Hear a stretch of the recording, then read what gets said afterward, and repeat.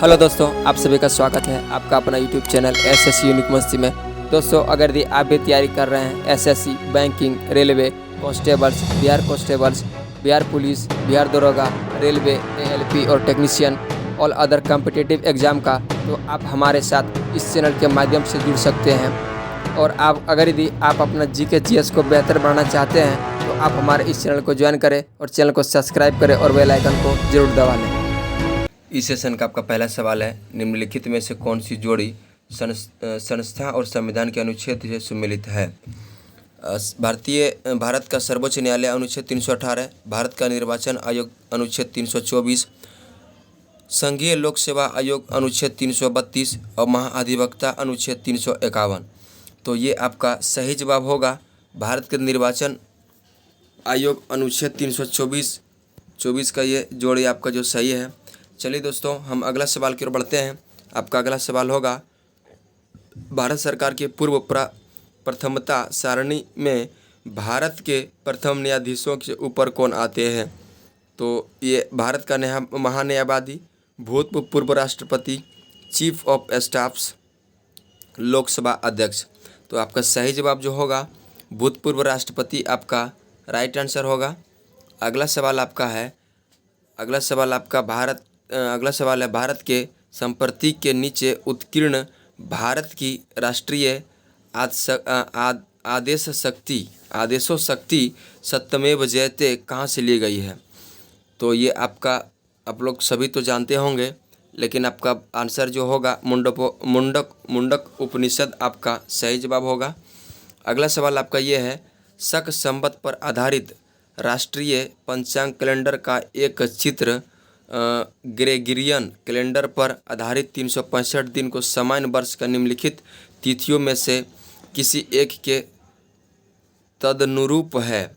तो ये आपका सही जवाब जो होगा वो आपका सही जवाब हो जाएगा 22 मार्च अर्थात 21 मार्च अथवा 21 मार्च आपका सही जवाब होगा। दोस्तों, अगला सवाल की ओर बढ़ते हैं और आपका अगला सवाल होगा, भारत के राष्ट्रीय ध्वज के औरों की कुल संख्या है। आरो जिसे हम तिल्लियाँ कह सकते हैं, वो आपका सही जवाब होगा 24 तिल्लियाँ है, जो कि 24 घंटे में अलग अलग प्रतीकों को साबित करता है। अगला सवाल आपका है, निम्नलिखित में से कौन सा एक युग्म सुमेलित है? तो ये युग्म सुमेलित है आपका ऑप्शन नंबर सी जो है, युग्म आपका सुमेलित है। संविधान का चौथा क भाग भारत के मौलिक कर्तव्य से संबंधित है। अगला सवाल की ओर बढ़ते हैं और आपका अगला सवाल है, निम्नलिखित में से कौन भारतीय संविधान के अंतर्गत सुमेलित नहीं है? तो ये आपका ऑप्शन नंबर डी अधिकरण भाग 10 आपका राइट आंसर हो जाएगा। अगला सवाल है, भारत के संविधान की चौथी अनुसूची विवेचित करती है। तो ये विवेचित करती है ऑप्शन नंबर ए राज्यसभा में स्थानों के आवंटन को आपका सही जवाब हो जाएगा।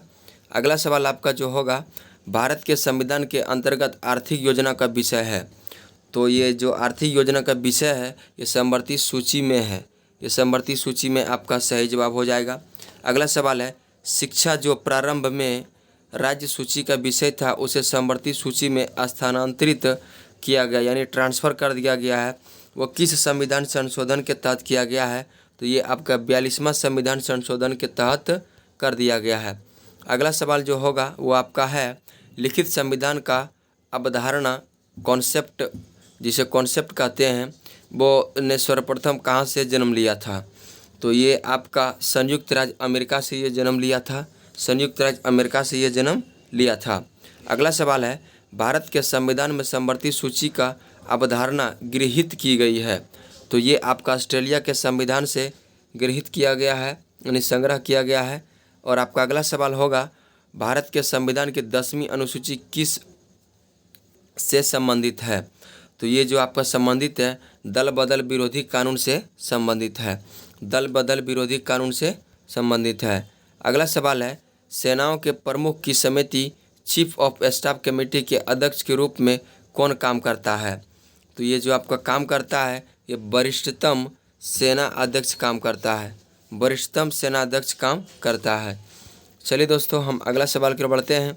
अगला सवाल आपका है, भारत के संविधान में निम्नलिखित में से किस अनुसूची के प्रत्येक राज्य से निर्वाचित होने वाला राज्यसभा के सदस्यों की संख्या निर्धारित किया गया है? तो ये जो निर्धारित किया गया है ये चौथी अनुसूची में निर्धारित किया गया है। ये चौथी अनुसूची में निर्धारित किया गया है। अगला सवाल की ओर बढ़ते हैं। अगला सवाल है, निम्नलिखित में से कौन सा कथन सही है? कौन सा कथन सही है? तो ये जो आपका सही होगा कथन सही जो होगा 1 और 2 सही है, यानी ए और बी कथन आपका राइट है। चलिए हम अगला सवाल की ओर बढ़ते हैं। भारत के संविधान की प्रथम अनुसूची में क्या दिया गया है?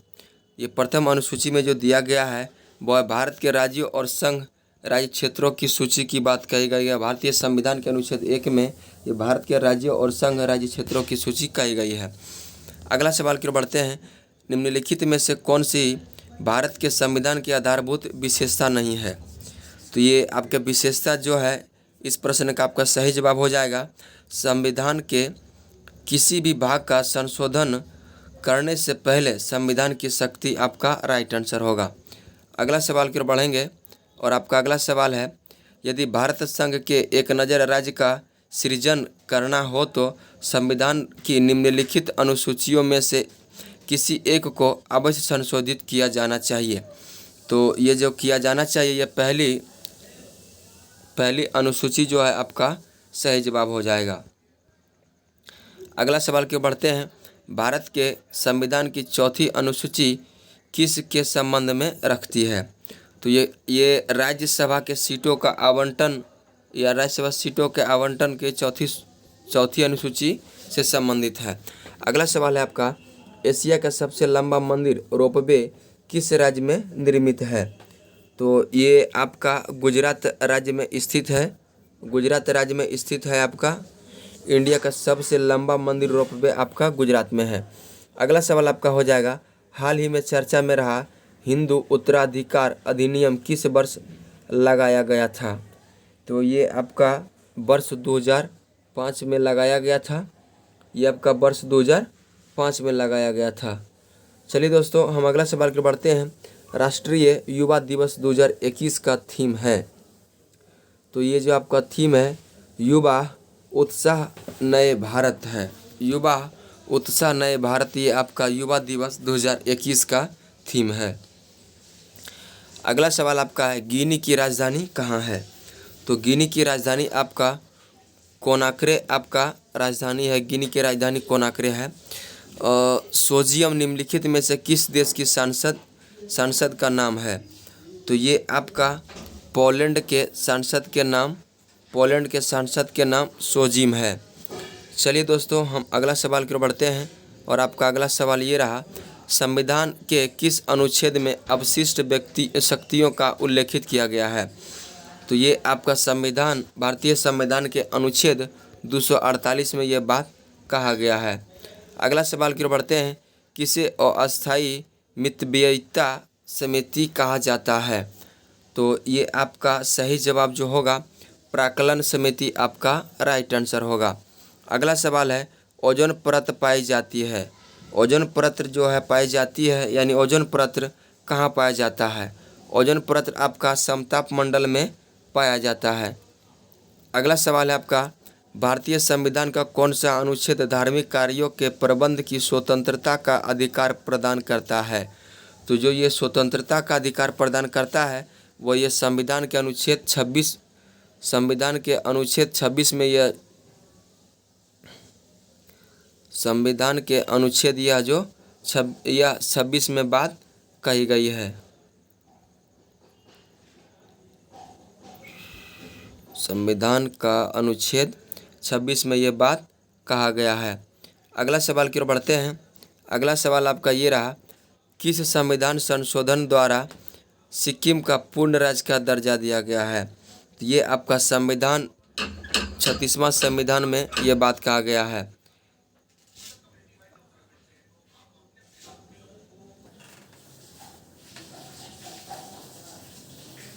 इस सेशन का आपका अंतिम सवाल है, निम्नलिखित में से किसे हीरा कशिश के नाम से जाना जाता है?